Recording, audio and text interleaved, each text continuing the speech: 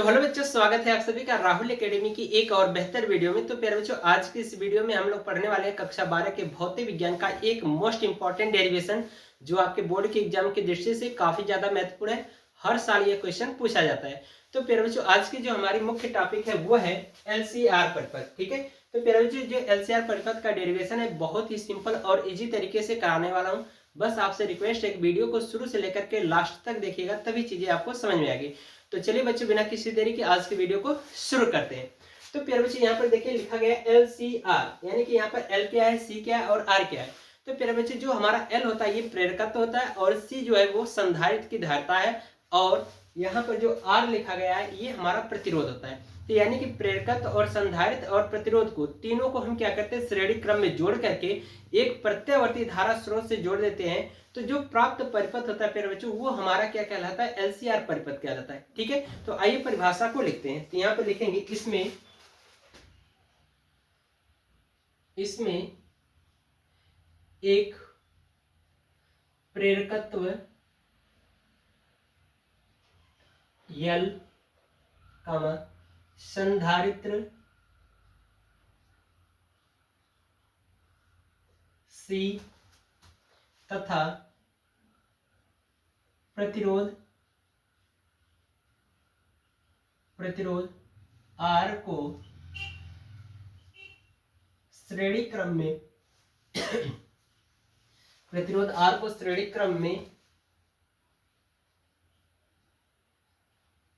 क्रम में जोड़कर एक प्रत्यावर्ती धारा स्रोत से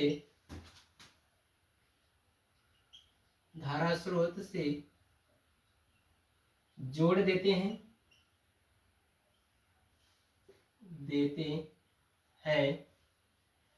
तो प्राप्त परिपथ LCR परिपथ कहलाता है। LCR परिपथ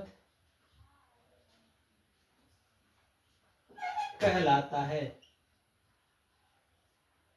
ठीक है, ये तो हो गई प्यारे बच्चों इसकी परिभाषा है। अब हम क्या करते हैं, इसी परिभाषा के अनुसार हम क्या करेंगे, इसका चित्र बनाएंगे, यानी कि एक परिपथ बनाएंगे, और उस परिपथ के आधार पर एक फेजर डायग्राम बनाएंगे, यानी कि धारा और विभव के संबंध में। उसी फेजर डायग्राम से प्यारे बच्चों जो डेरिवेशन बहुत ही इजी तरीके से हो जाएगा। ठीक है, तो आइए सबसे पहले हम लोग क्या करते हैं, इसका परिपथ बनाते हैं। तो मैंने कहा कि यानी कि जो LCR परिपथ है, यानी जो LC और R है, इनको हम क्या करेंगे, श्रेणी क्रम में जोड़ करके एक प्रत्यावर्ती धारा स्रोत से जोड़ देंगे, तो हमें प्राप्त हो जाएगा परिपथ LCR। ठीक है, तो यहाँ पर बनाएंगे, ये हमारा प्रेरकत्व होता है। ठीक है, थोड़ा सा इसको सही से बना दे रहा हूं मैं। ठीक है, और ये संधारित्र C होता है, जो कि दोनों ये प्लेटें समान होती हैं, और ये प्रतिरोध R हो जाए। ठीक है, और इनका नाम दे दीजिए LCR। ठीक है, अब हम क्या कर रहे हैं, इनको एक प्रत्यावर्ती धारा स्रोत से जोड़ दे रहे हैं। तो इसको प्रत्यावर्ती धारा स्रोत से जोड़ दीजिए।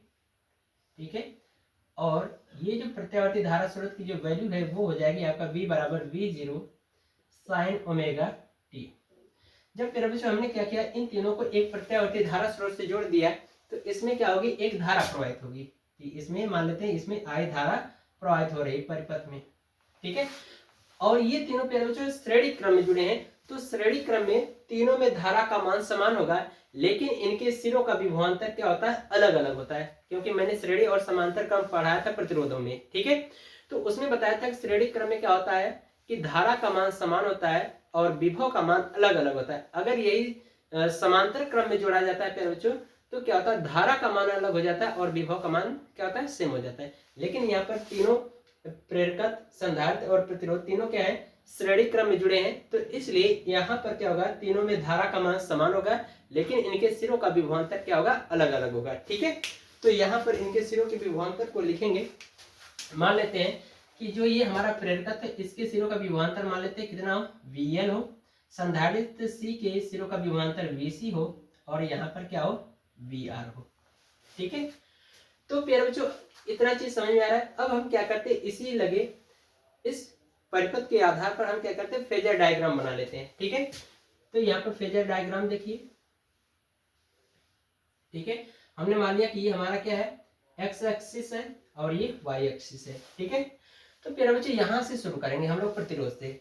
तो प्रतिरोध की कंडीशन में प्यारे बच्चों जो धारा और जो विभव होता है ये तीनों क्या होता है, एक ही रेखा पर होता है। ठीक है, तो इसका मतलब यहाँ पर जो धारा है और जो विभव है तीनों क्या होंगे, यानी दोनों एक ही रेखा पर होंगे प्रतिरोध की कंडीशन में।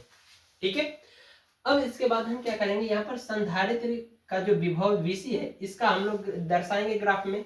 तो इसमें क्या होता है, जो ये संधारित्र का जो विभव है प्यारे बच्चों वो धारा से क्या होता है 90 अंश पश्चिमगामी होता है, यानी 90 अंश क्या होगा, पश्चिमगामी होगा। तो इसका मतलब यहाँ पर क्या होगा, विभव Vc होगा।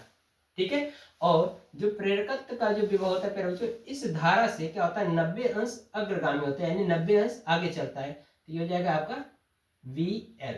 ठीक है, अब प्यारे बच्चों हमें क्या करना है, इन तीनों जो विभव हैं इनका हमें परिणामी विभव निकालना है। किसके लिए, इस LCR परिपथ के लिए। तो हम क्या करते हैं, इनका डिफरेंस निकाल लेते हैं, क्योंकि ये इसकी वैल्यू अधिकतम होगी, इसकी न्यूनतम, क्योंकि ये 90 अंश पश्चिमगामी और ये 90 अंश अग्रगामी है। तो इसका मतलब कि जो VL की वैल्यू है ये ज्यादा होगी और VC की वैल्यू जो होगी वो कम होगी।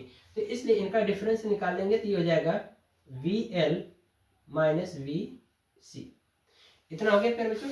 अब हम क्या करेंगे, इनका परिणामी विभव निकालेंगे। ठीक है, तो हम क्या करेंगे, यहाँ से एक स्ट्रेट लाइन खींचेंगे प्यारे बच्चों। अब हम क्या करते हैं, यहाँ से इसको डॉटेड करके ऐसे मिला दें। ठीक है, तो ये वाली जो रेखा है प्यारे बच्चों यही हमारा क्या कहलाता है, इन तीनों का, यानी कि जो VL VC और जो VR है तीनों का क्या होता है, परिणामी विभव होता है। ठीक है, अब ये जो वैल्यू है जो VL माइनस VC इतना है, तो जितना ये होगा उतना ही ये होगा, ये वाला भी होगा, इसलिए यहाँ पर भी लिख दीजिए VL माइनस VC। ठीक है, अब इनको एक बिंदु नाम दे देते हैं प्यारे बच्चों। हम मान लेते हैं कि यहाँ पर बिंदु O हो, यहाँ पर मान लेते हैं A है और यहाँ पर मान लेते हैं B। अब ये ग्राफ समझ में आ रहा है। अब प्यारे बच्चों हम क्या करें, सबसे पहले जो ये VL VC और जो VR है ओम के नियम के आधार पर इनका मान निकाल लेते हैं। ठीक है, तो यहाँ पर लिखेंगे ओम के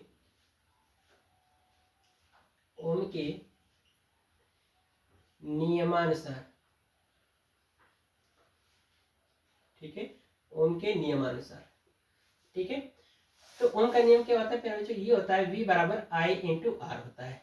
ठीक है, तो हम क्या करेंगे, प्रेरकत्व जो L है इसके सिरों का विभवांतर निकालेंगे। ठीक है, तो लिखेंगे प्रेरकत्व L के सिरों का विभवांतर। ठीक है, तो क्या हो जाएगा प्यारे बच्चे, यहाँ पर देखो धारा तो सेम है तो I ही होगा और यहाँ पर प्रतिरोध R है। तो इसका जो प्यारे बच्चे जो प्रतिरोध होता है VL यानी प्रेरकत्व के संबंध में वो हमारा होता है प्रेरकीय प्रतिघात होता है। ठीक है, तो प्रेरकीय प्रतिघात को हम लोग XL से दर्शाते हैं, तो यहाँ पर हो जाएगा XL। ठीक है, इसको मान लेते हैं समीकरण नंबर 1। ठीक है, अब हम लोग निकालेंगे संधारित्र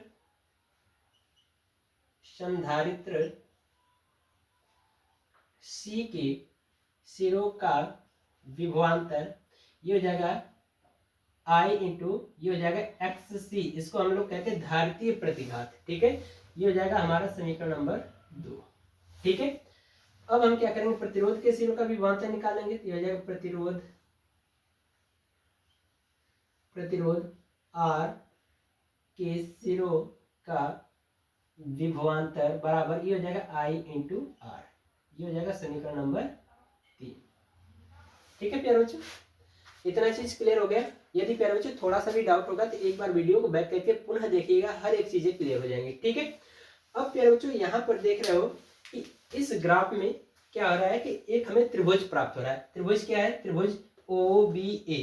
ठीक है, ये त्रिभुज प्राप्त हो रहा है, तो इसी से हम क्या करेंगे, हम इस जो V है यानी कि जो LCR परिपथ जो है बनाया गया जो LCR है इनका परिणामी विभव यहाँ से निकालेंगे। तो यहाँ पर लगाएंगे हम लोग पाइथागोरस प्रमेय। ठीक है, तो यहाँ पे लिखेंगे पाइथागोरस प्रमेय से, पाइथागोरस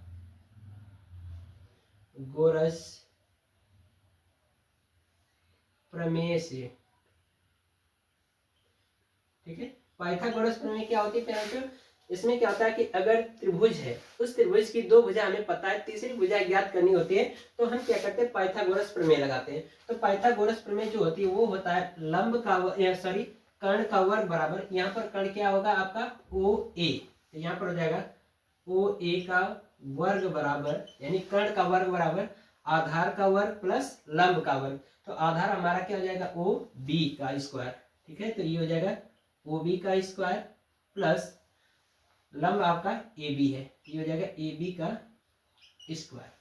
अब इसी में आप क्या करिए, वैल्यू रख दीजिए, ठीक है। तो यहाँ पर देखो जो कर्ण यानी ओ ए है, ओ ए हमारा इसका मान पता है कितना v है, तो यहाँ पर v रखेंगे तो हो जाएगा आपका v स्क्वायर बराबर ओ बी की वैल्यू हमें पता है, ओ बी की वैल्यू कितना है वी आर है, ठीक है। यहाँ पर देखो लिखा गया है ओ बी की वैल्यू क्या होगी वी आर हो जाएगी, यहाँ पर हो जाएगा वी आर का स्क्वायर प्लस ए बी की वैल्यू हमें पता है वी एल माइनस वी सी, यहाँ पर लिख देंगे we L minus V C पूरे का होल स्क्वायर, ठीक है। तो यहाँ से स्क्वायर हटाएंगे तो इस पे रूट आ जाएगा, तो ये हो जाएगा आपका v बराबर कड़ी में वी आर का square plus V L minus V C पूरे का होल स्क्वायर, ठीक है। अब इसी समीकरण में प्यारे बच्चों हम क्या करें, ये जो हमें मान प्राप्त हुआ है, अगर मान लें हम कह दें ये हमारा समीकरण नंबर 4 है, तो इस समीकरण नंबर 4 में क्या करते हैं, समीकरण 1 2 3 से क्या करते हैं वी एल वी सी और वी आर का मान रख देते हैं, ठीक है। तो प्यारे बच्चों अब तो स्पेस तो बचा नहीं है, ठीक है। अब आप क्या करिए, इतना पूरा स्क्रीनशॉट लीजिए, मैं इसको रख करूंगा, ठीक है। तो प्यारे बच्चों मैंने यहाँ पर रख कर दिया है, ठीक है, और जो नीचे जो समीकरण हमें प्राप्त हुआ था उसको मैंने यहाँ पर ऊपर लिख दिया है, ठीक है। तो चलिए हम क्या करते हैं, समीकरण 1 2 3 से क्या करते हैं, जो वैल्यू हमें प्राप्त हुई वो समीकरण नंबर 4 यानी कि ये हमारा क्या है समीकरण नंबर 4 इसमें रख देते हैं, ठीक है। तो यहाँ पर लिख देंगे समीकरण 1 2 तथा समीकरण 3 से, ठीक है, इसी में वैल्यू रख दो। तो फिर हो जाएगा आपका v बराबर करड़ी में वी आर की वैल्यू हमें पता है आई इंटू आर, ठीक है, ये हो जाएगा पूरे का होल स्क्वायर अब प्लस, ठीक है, वी एल का जो हमें मान प्राप्त हुआ था वो था आपका I into X L minus V C का मान था आई इंटू एक्स सी पूरे का होल स्क्वायर, ठीक है। यदि प्यारे बच्चों यहाँ से देखो अगर हम क्या करें इसका वर्क कर दें, तो अगर यहाँ से देखो दोनों में क्या हो रहा है, यहाँ पर भी आई है यहाँ पर भी आई, तो इसमें से अगर प्यारे बच्चों हम क्या करते हैं आई कॉमन लेते हैं, तो ये आई स्क्वायर के रूप में यहाँ पर कॉमन आएगा तीनों में से, यानी यहाँ से भी यहाँ से भी यहाँ से, ठीक है। तो जब वर्ग के रूप में आएगा तो अगर आई स्क्वायर का वर्गमूल ले लेंगे तो क्या हो जाएगा आई के रूप में बाहर आ जाएगा, ठीक है। तो ये हो जाएगा आपका v बराबर, चलो एक लाइन बढ़ा दे रहा हूँ, ये हो जाएगा v बराबर आई स्क्वायर, ठीक है, यहाँ पे लिखेंगे पूरे का क्वेश्चन लगा देंगे आर का स्क्वायर आप प्लस ये हो जाएगा x L minus X C पूरे का होल स्क्वायर, ठीक है। यहाँ से आई स्क्वायर का वर्गमूल ले लेंगे तो ये आ जाएगा बाहर, तो ये हो जाएगा v बराबर आई करड़ी में आर का स्क्वायर आप प्लस, ठीक है, यहाँ पर हो जाएगा x L minus X C पूरे का होल स्क्वायर, ठीक है। तो हम क्या करें आई का इधर भाग करा दें, तो ये हो जाएगा फिर बच्चों v अपन आई बराबर करड़ी में आर का square plus X L minus X C पूरे का होल स्क्वायर, ठीक है। अब यहाँ पर प्यारे बच्चों क्या करते हैं वैल्यू रख देते हैं, ठीक है, एक्स एल और एक्स सी का, ठीक है। तो चूंकि यहाँ पर प्यारे बच्चों हमें पता है कि जो v अपन आई है ये किसके बराबर होता है, प्रतिबाधा जेड के, यहाँ पे लिख देंगे क्वेश्चन में प्रतिबाधा किसके बराबर होता है जेड के, यानी जो एलसीआर परिपथ होता है इसका v अपन आई जो होता है वो प्रतिबाधा के बराबर होता है, यानी कि जो प्रतिरोध हम लोग कहते हैं ये एलसीआर परिपथ के लिए क्या होता है प्रतिबाधा जेड के बराबर होता है, ठीक है। तो ये हो जाएगा हम क्या करेंगे v अपन आई की जगह पे प्रतिबाधा रख देंगे, बाकी जो एक्सएल होता है प्यारे बच्चों ये हमारा फार्मूला पता होता है ओमेगा एल, ठीक है। और जो एक्स सी होता है प्यारे बच्चों इसका जो मान होता है फार्मूला होता है 1/ओमेगा सी होता है, ठीक है, ये ओमेगा सी हो जाएगा, ठीक है। तो अब यही वाला मान हम क्या करते हैं इन तीनों का इसमें रख देते हैं, ठीक है। तो यहां से अब मैं क्या कर रहा हूँ प्यारे बच्चों ये जो हमारा परिपथ है इसको रफ कर दे रहा हूँ, ठीक है। अब लास्ट में हमें बस केवल इसका उपयोग होगा, ठीक है। तो चलिए इसको रफ कर दे रहा हूँ। अब इसी में वैल्यू रख दो प्यारे बच्चों, ठीक है। तो यहाँ पर वैल्यू रखिए, तो v अपन आई की जगह पे हम रख देंगे z, ठीक है। तो ये हो जाएगा z बराबर, ठीक है। और यहाँ पर r तो वही रहेगा, करड़ी बनाइए, ये हो जाएगा r का स्क्वायर प्लस, ठीक है। एक्सएल का मान हमें पता है ओमेगा एल होता है, ठीक है। तो यहाँ पर रख देंगे ओमेगा एल और माइनस, और एक्सी का मान हमें पता है कितना, 1/ओमेगा सी और पूरे का होल स्क्वायर। यही प्यारे बच्चों हमारा क्या होता है, एलसीआर परिपथ का प्रतिबाधा का फार्मूला हो जाएगा, ठीक है। और इसी पर आधारित न्यूमेरिकल्स भी पूछे जाते हैं, ठीक है। अब प्यारे बच्चों हम क्या करेंगे, यहाँ पर इनका कलांतर निकालेंगे, यानी v तथा i के बीच कलांतर, ठीक है। तो यहाँ पे लिखेंगे v तथा i के बीच कलांतर, ठीक है। तो कलांतर निकालेंगे तो प्यारे बच्चों यहाँ पर क्या करेंगे, देख रहे हो ये जो त्रिभुज है इसमें हम क्या करेंगे, tan थीटा का फार्मूला लगा देंगे। तो ये जो लिखेंगे त्रिभुज ओ बी ए में, ठीक है। ये हो जाएगा आपका tan थीटा, थीटा की जगह पे हम क्या रखेंगे, इसका जो कलांतर होगा प्यारे बच्चों वो कितना होगा, फाई के बराबर होगा। ये हो जाएगा tan फाई बराबर, ये हो जाएगा लंब बटा आधार फार्मूला होता है, तो लंब हमारा कितना है ए बी, ये हो जाएगा ए बी बटा आधार क्या होगा ओ बी। तो इसी में वैल्यू रख दो, तो ये हो जाएगा tan फाई बराबर, ये आपका लंब कितना है वी एल माइनस वी सी, तो यहाँ पर रख दो वी एल माइनस वी सी और पूरे का बटा ओ बी की वैल्यू पता है हमें कितना वी आर, तो यहाँ पर रख दो वी आर, ठीक है। अब प्यारे बच्चों मैं क्या कर रहा हूँ, अब इसको पूरा रख कर दे रहा हूँ क्योंकि अब इसका भी पूरा काम खत्म है, ठीक है। अगर आपको बनाना है तो बना लो, ठीक है। चलिए आगे देखिए, तो यहाँ से अब प्यारे बच्चों हम क्या करते हैं, इनकी वैल्यू रख देते हैं। तो ये हो जाएगा आपका tan फाई बराबर, वी एल का मान हमें पता है यहाँ पर आई इंटू एक्स एल, ठीक है। तो ये हो जाएगा आई इंटू एक्स एल माइनस ये होता है आई इंटू एक्स सी, आप पूरे का बट्टा वी आर की वैल्यू हमें पता है आई इंटू आर, ठीक है। तो यहाँ से प्यारे बच्चों हम क्या करते हैं, आई कॉमन ले लेते हैं, तो हो जाएगा x L minus X C पूरे का बट्टा आई इंटू आर। तो यहाँ से आई आई कैंसिल आउट हो जाएगा, ठीक है। तो बचा क्या आपका tan फाई बराबर एक्स एल माइनस एक्स सी बटा आर, ठीक है। ये हो गया। अब हम क्या करते हैं, एक्सएल और एक्सी का जो मान यहाँ पर हमने लिखा है वहां पर लिख देते हैं, यानी कि यहाँ पर रख दीजिए। ये हो जाएगा आपका tan फाई बराबर, ये हो जाएगा आपका ओमेगा एल माइनस 1/ओमेगा सी और पूरे बट्टा आर, ठीक है। इस फार्मूले से प्यारे बच्चों हमें क्या पता चल जाएगा, धारा और विभव के बीच का कलांतर, ठीक है। इसको नोट कर लीजिए। अब इसमें थोड़ा सा मैं रफ कर दे रहा हूं क्योंकि एक और फार्मूला प्रूफ होता है उसमें न्यूमेरिकल केवल आता है, ठीक है।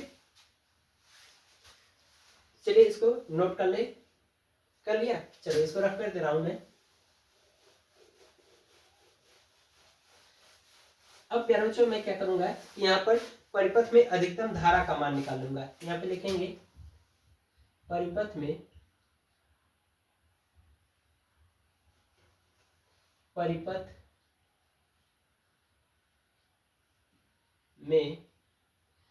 अधिकतम धारा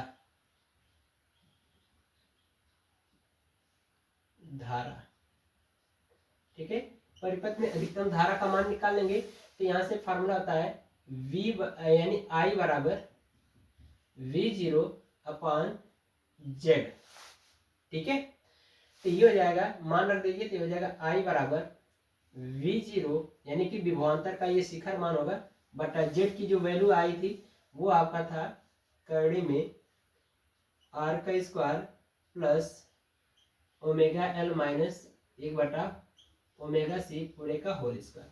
इस फार्मूले से प्यारे बच्चों हमें क्या पता चल जाएगा, परिपथ में प्रवाहित अधिकतम धारा का मान, ठीक है। तो इसको आप नोट कर लो। नोट कर लिया प्यारे बच्चों।